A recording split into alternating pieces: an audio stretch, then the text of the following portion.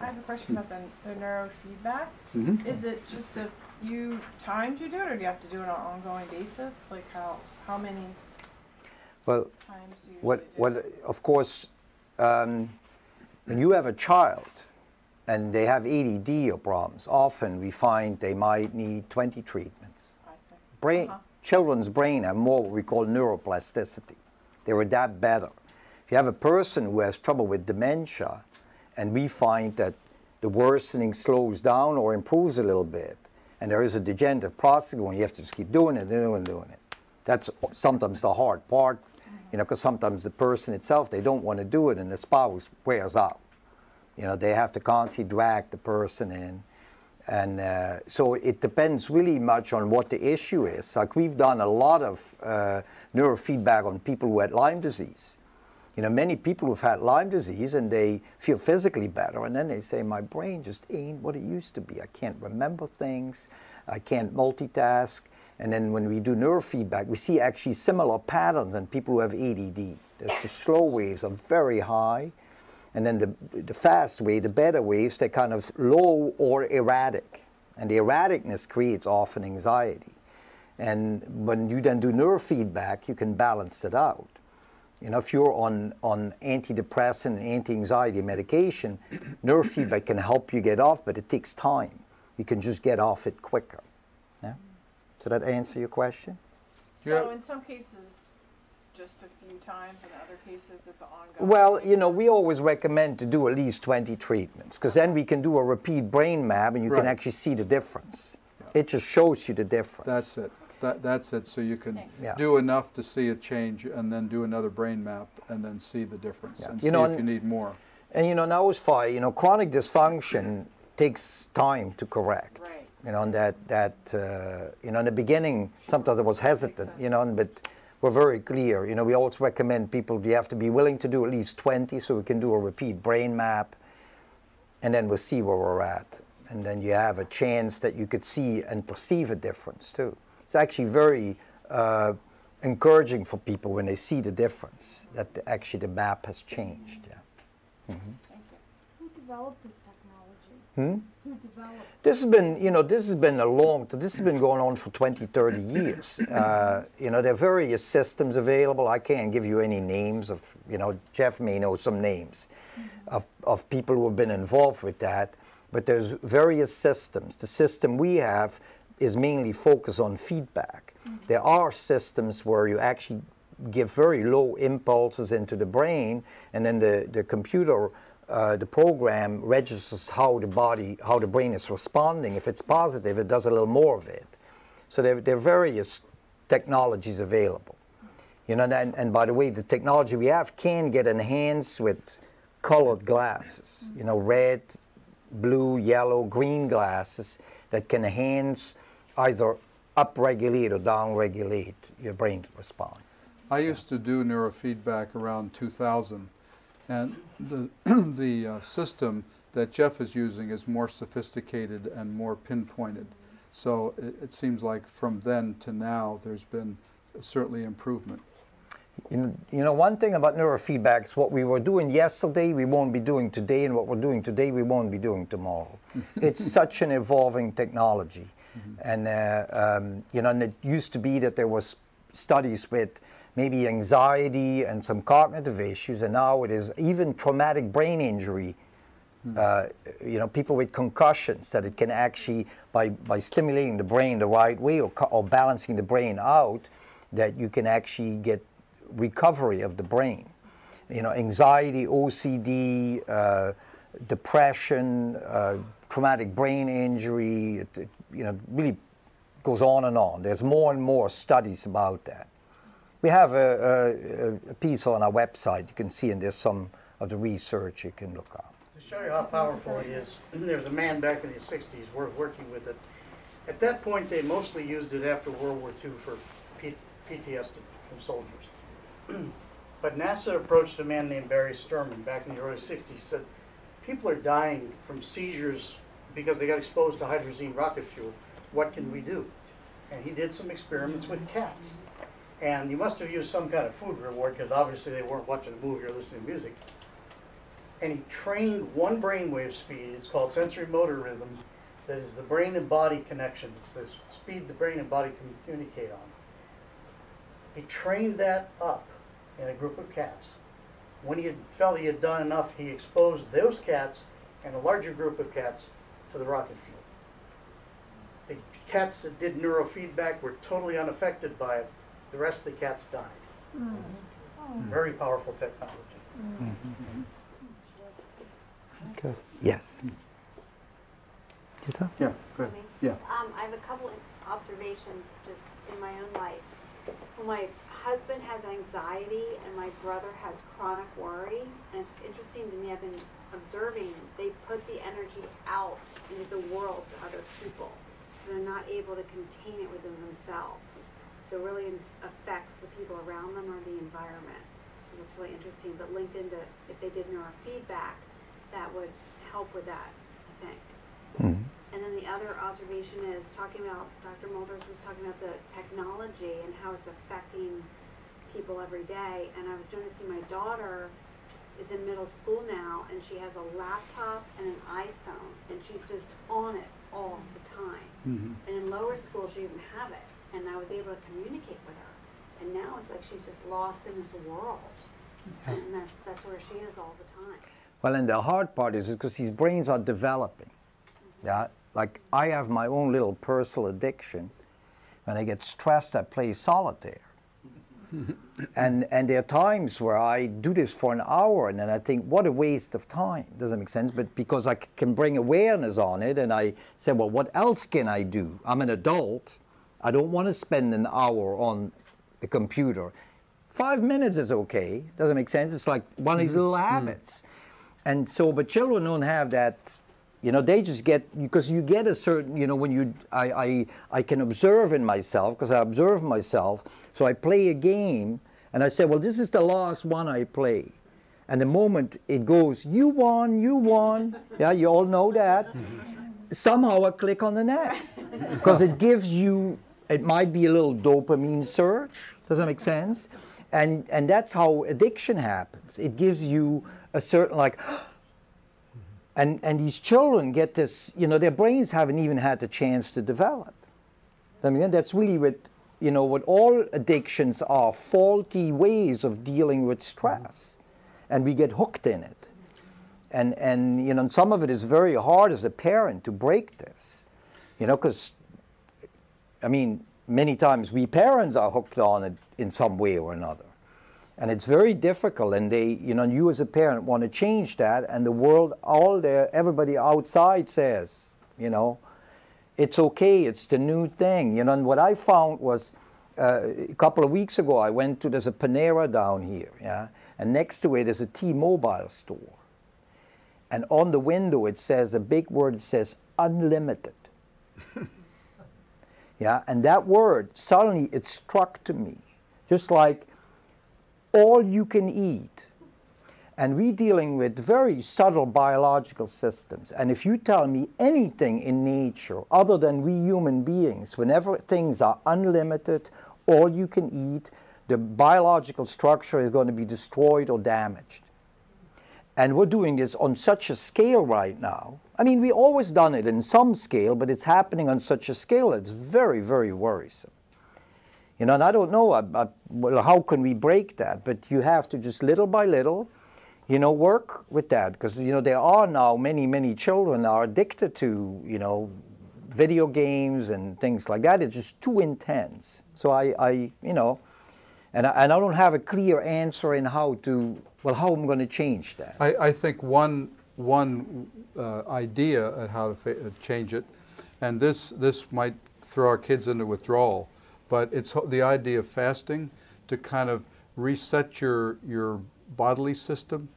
But when it comes to technology, have a technology fast for a day. In other words, unplug. I'm on the board of a place called Sandy Cove in Maryland, and there is a TV room, but there's no TV in any room.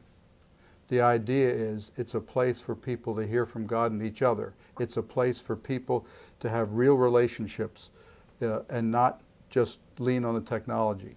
So I think maybe as hard as it might be for our kids, for us to say, today we're just going to we're going to put our phones aside and we're going to just talk.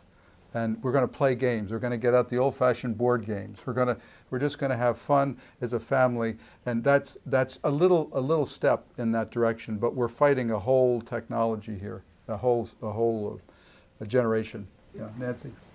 I noticed that our grandkids, who range in age from 18 to 1, obviously the high school and middle school kids have more of a problem with technology, but our kids have given a restricted number of time periods that they're allowed to be on technology during the day.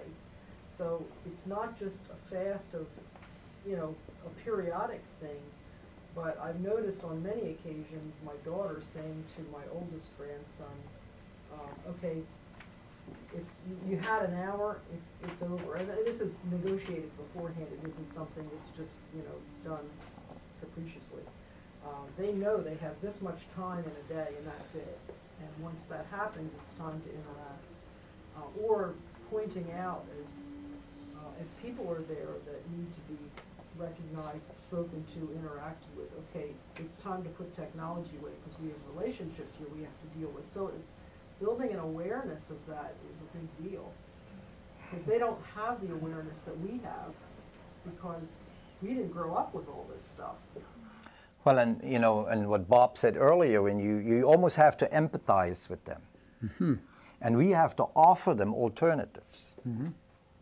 Yeah, because they're not trained in alternatives. There are no blocks anymore. But we have there's this particular block called Kaplan blocks. Yeah, they're one-size little block. It's like a little plank. It's actually developed by a Dutchman. It stands for noomplanks or kabouterplankjes, Kaplan. And it's only one size, and there are like hundreds of them. And they can build all kind of things. And we have at our house, we always had wooden toys. And now for our grandson, and you find it's amazing when other children come in and they're not, for hours they can play. But we have to offer it, and you almost have to show them how to do it, because some of them do it by themselves. So it's a very important thing. So yes, the restriction is there, but when this stuff is everywhere around, if we don't offer them an alternative, I mean, that's what I do physically. Somebody can come to me and I can give them a diet sheet in a hand. How many people do you think are going to do that? Yeah, there's 5% of the people. You just tell them something, they do it. But the majority of people, including me, I need to know what to buy, where, and so when then, Angela sits in that room or Marianne, and they eat this way. You walk out and you say, hey, I do this, and you could do that, and that you buy there. That's the kind of help we need to bring about any change. Be it emotionally, we have to be shown. We just can't figure it all out by ourselves. So the information alone doesn't bring about the change. We need help. And then there's a few people who don't. That's always there. They have an idea and they run with it. But the majority of us don't have that. And so that is a very important thing. Yeah. Yes? Two of the ways that I found, being a sensitive person to cope with stress, which can be picked up I don't even turn the television on, but by the time I hear about it, I can get triggered real quick, are aromatherapy. It helps me just to breathe. I just put something in and breathe. Yeah. And then the other one is nature. Connecting with, whatever. They say that plant ladies are the new cat lady. Yeah. I think they're both important. Obviously, in this brief time, we couldn't cover them all, but those are two important things, nature and aromatherapy. There's a YouTube section called Nature RX. If you haven't seen it, it's pretty... And of course, on your phones now, you can get a lot of relaxation apps. And the relaxation apps, they have a variety of sounds, thunderstorms, waterfalls, all, you name it, it's there. Any kind of relaxing sound that you like, you can dial it in and listen to it while you go to sleep, or if just sitting there relaxing a little bit. That's kind of, it would be better to actually be in the thunderstorm, but it's a good second alternative. I mean, that you can hear those sounds. It takes you there, kind of. Yeah, you know, it's like feeling the pain of others, like high school students who have to feel they fight butterflies. Right. You know, these are very challenging things. You know, these things are here to stay. They're not going to go away. And so we have to find a new way of managing this. And there's no one clear answer. We have to just keep listening and trying, especially to our children. Yeah, you had a question. So much of what's going on, I mean, we hear about, like, software development has changed. It used to be you develop software, you implement it, and everyone uses it, and you correct things. Now the way they develop software has changed to how our kids use things, right? They develop it, and they keep developing. Well, they're not even releasing software, and the next 3 releases are already in development. It's that same mindset. So blockchain technology, you hear about that. That is all the mindset where no one gets to stop and think. They all are constantly on their devices, and 2 of our kids are into this kind of thing. It's interesting that you bring up nature, because my one son, who is a software developer, his favorite pastime is hiking. He goes hiking. He sits in a computer and is wrapped on a computer all day long, and he'll spend the weekend in the mountains somewhere in New England. But how much of it, as I look at this and I see this isn't changing, will the physiology of people change to be able to bear this stuff? Because I don't think the world's going to change. It's not going to come back to us and be the way things were when we were kids. It's going to continue down this path of constant change, and you know, you see kids who are 4 years old on their iPads, right, playing the games. That's it's not going to change. We're not going to change the world, but does the physiology of people change at some point to be able to cope better? Well, I'm sure it will, you know, but something else develops that we don't have developed in our brain. Whether it's good or bad, I don't know.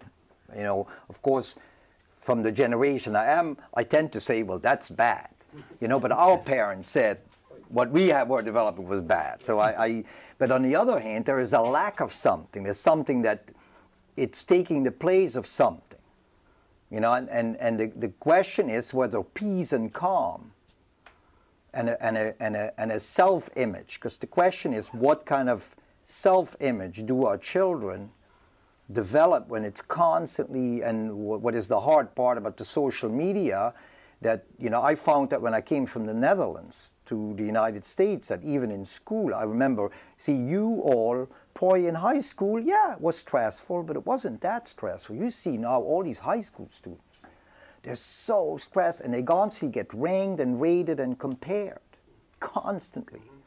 You know, I came from the Netherlands, and I was looking for training, and they said, well, where did you rank in medical school? I had absolutely no idea. I just finished medical school. I wasn't ranked or rated. I didn't know where my friends were at or somebody else. And the school does that with academics, and they do that in sports, and then when kids get 12 or 13, they start doing it to each other. And now they're constantly, you know, when I had a bad thought, I wrote something really nasty or sad or depressed in my notebook, and that got closed and it was gone. Now you write it on Facebook, and then 15 people comment on it. Absolutely. And so these are very and interesting. 15 million see it. It's true, right? And it's a very concerning thing, and I don't have a, you know, that I'm thinking of with all the things we do, that, you know, and that's what you know, when you look at contemplative prayer or meditation, that we have to just become quiet inside and to see what answers come to us. And I don't have a clear answer, but I think there are answers. You know, whenever there are problems, there are answers. But it's a new level, you know, like Einstein says, a problem can never be solved with the same thinking that created it. And it's a responsibility we have. I do feel that in our society, the whole idea of being an elder is completely lost.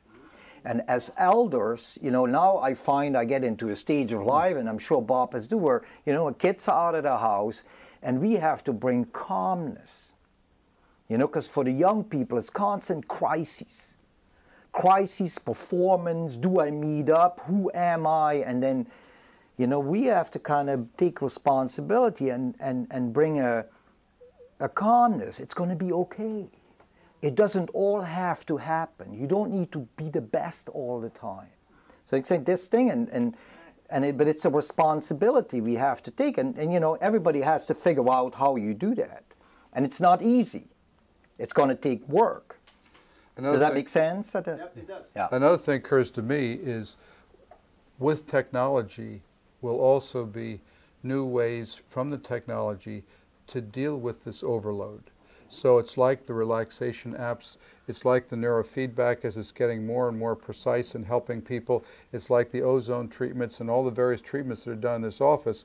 Alternatively, it's forcing us, in a sense, it's keeping us in business, in one sense, because with people being so stressed and overloaded, that we have to rise to the occasion and give people a way to calm down, whether it's contemplative prayer, listen to relaxation app, deep breathing, neurofeedback, some of these other ways to help the body downregulate, because the body, all this overload is upregulating our kids and us.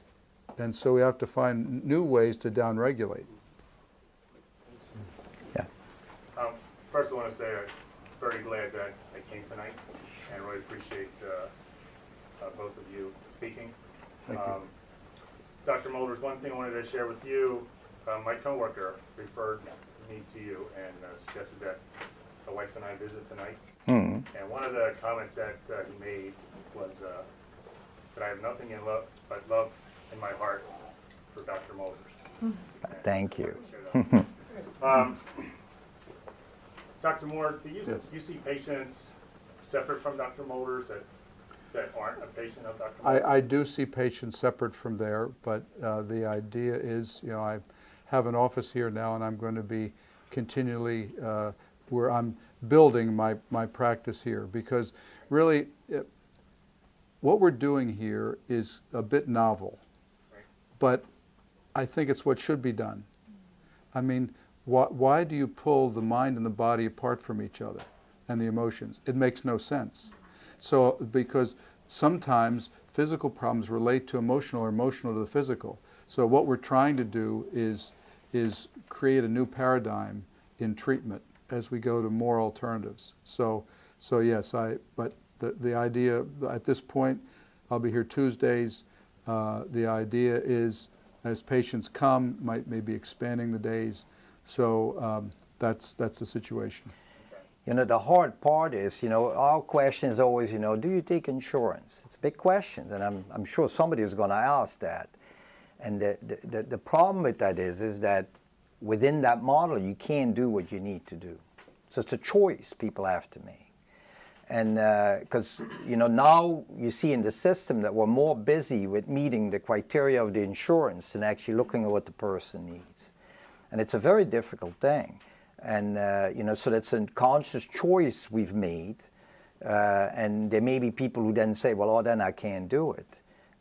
You know, my experience over the years is that unless you poverty-stricken, it's a matter of choice. Does that make sense? And I see that even with all the therapies we offer, you know, I always say the art is for, you know, usually it's not that difficult to figure out what people need, you know, because we have experience.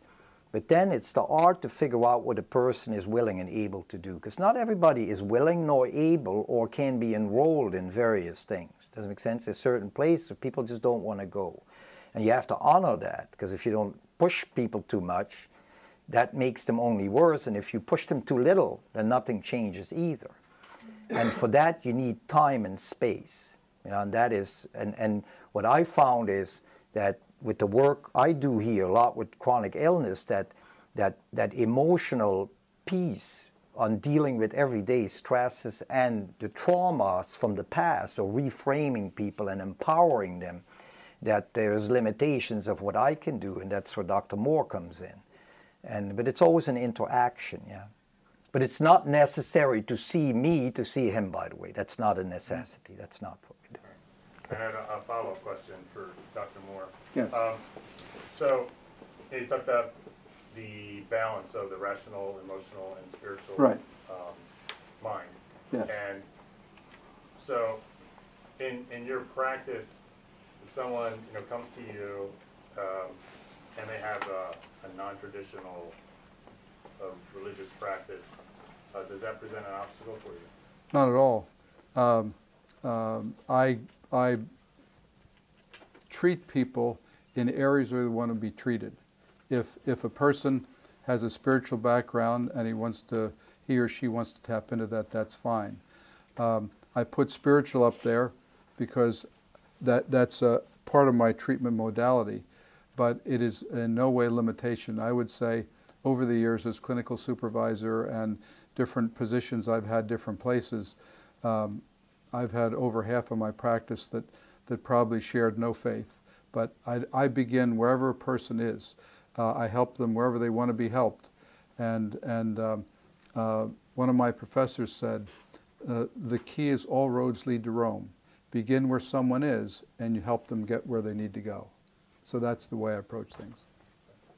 Thank you. You're welcome.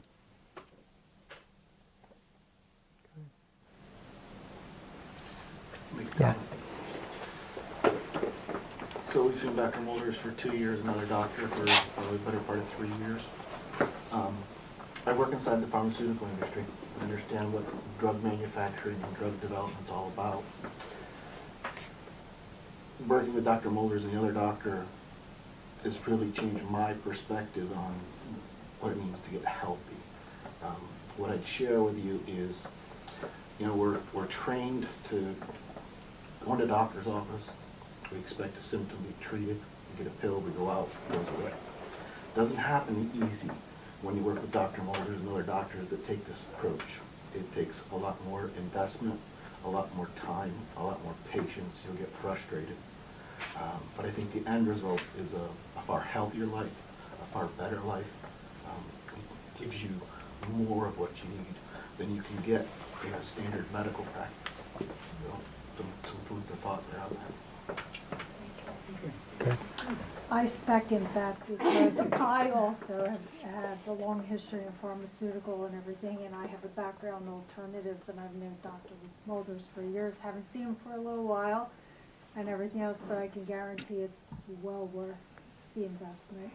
You just have to be disciplined and really put your heart into it. So it's a matter of life and death. Do you want to live or do you want to die? So, and what kind of quality of life do you really want to have? So I appreciate that because I've been there too. I want to say something too. From my experience, both of my daughters came here. Don't know if you remember, it's been a few years. But they were both having chronic problems for a long time. We were really scared. We finally came here. They are doing fantastic. I mean, Good, they turned a corner when they came here, and I have always been very, very grateful for you, and I tell people all the time about it, but you just don't know that because I haven't told That's you. right, I don't know that. But what is interesting, I like that because, part of our goal is to make people independent of us. Right. And you always be dependent because we have knowledge and experience and things happen and you need to do certain things that I can do or that I know. But in the end, by helping people to see how their activities and what they eat and all these things affect their life and help them observe that, you give them the choice. It's not there's no moral issue for me behind that when people don't want to do it. But you give them the choice to take responsibility and own their own life. And that is an amazing thing, and especially with young people. And that is, especially sometimes when they're, when they're 16, it's hard. But suddenly when they're 21, suddenly something changes, and then they have to have the tools to do that. And that's an important thing. And it's both on an emotional level and on a physical level. And that is a great thing, because then you set something up for life. Because they may veer off that road, but they'll never forget. Oh no, I mean, I think they're on for life. I mean, they eat very clean diets, they exercise, they're, mind, body, all of it. And it started here, it really did. Well, it's nice to hear that, yeah. Yeah. Good. Good. Any other questions? Well, thank you so much for coming. Thank It's you. been a pleasure. Thank you. Thank you. Yeah.